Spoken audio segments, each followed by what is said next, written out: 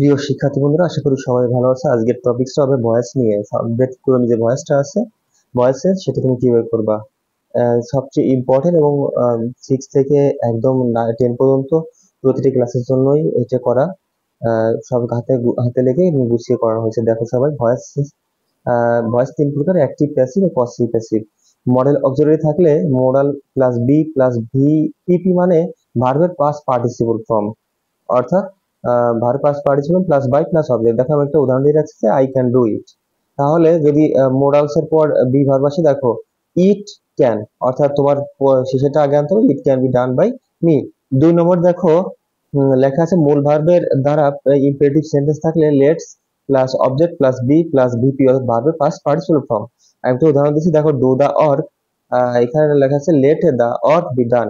অর্থাৎ যদি তোমার এটা ভার্ব দ্বারা শুরু হয় তাহলে অবশ্যই প্রথমে লেট আনতে হবে, তারপরে অবজেক্টটা দাও অর, তারপর একটা বি আনবা, তারপর ভার্বের পাস্ট পার্টিসিপল ডু আছে, ডুর ভার্ব 3 নম্বর ফর্ম হচ্ছে ডু ডিড ডান।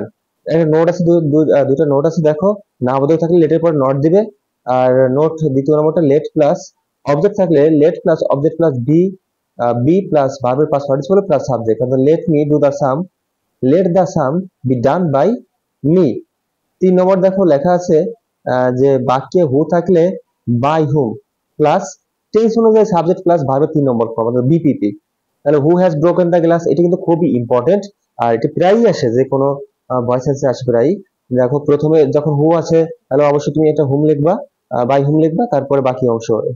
এরপরে আমি পরেরটা চলে যাই, দেখো হুম থাকলে who plus be plus verb plus ভার্বের পাস্ট পার্টিসিপল প্লাস অবজেক্ট। তাহলে whom do you want, who is wanted by you. দেখো ফ্রেজাল ভার্ব, ফ্রেজাল ভার্বের পরে প্রিপজিশন। আশা করি তোমরা বুঝতে পারতেছো, যেমন take care of your health, let your health be taken care of. পরেরটা দেখো প্যাসিভ এর ক্ষেত্রে বাই বসে না, বাই এর পরিবর্তে অন্যান্য কিছু বসে। যেমন আহ, দেখো একটু এখানে একটু ভিডিওতে সমস্যা হচ্ছিল। সারপ্রাইজ, শক, মার্ভেল এগুলোর জন্য তুমি অ্যাড বসাবে বাই পরিবর্তে। তারপরে অ্যানয়, স্যাটিসফাইজ, সাইজ এর পরিবর্তে তুমি উইথ বসাবে, যদি এই ধরনের কিছু ওয়ার্ড তোমার থাকে। কন্টেইন, তারপরে ইমবডি, ইন এ নো, নো থাকলে পারে হাউ, একটু খেয়াল করে দেখো।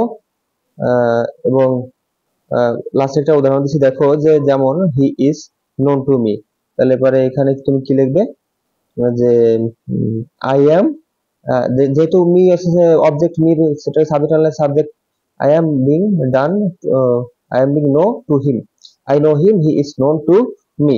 দেখো আমি পরবর্তীটা চলে যাচ্ছি। আহ, এটা হচ্ছে লাস্টেরটা, দেখো পিপুল, অন সামবডি, ইটিসি, অনির্দিষ্ট কোনো কিছু থাকলে, অর্থাৎ ইনডেফিনিট প্রোনাউন যাকে বলা হয়, ইনডেফিনিট প্রোনাউন থাকলে পারে এগুলো তুমি করবে। তো আশা করি তোমরা বুঝতে পারছো, এবং এটা অবশ্যই এটা ব্যতিক্রম, বুঝতে পারলে?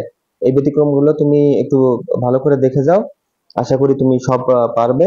এবং ভয়েস এর মূল যে ব্যতিক্রম ছাড়া যেগুলো আছে সেগুলো আমি অবশ্যই আমার পরবর্তী ভিডিওতে ছাড়বো। অবশ্যই চ্যানেলটি সাবস্ক্রাইব করে পাশে থাকবে এবং সাপোর্ট করবে। ধন্যবাদ সবাইকে, আজকে এই পর্যন্তই, ভালো থাকবে।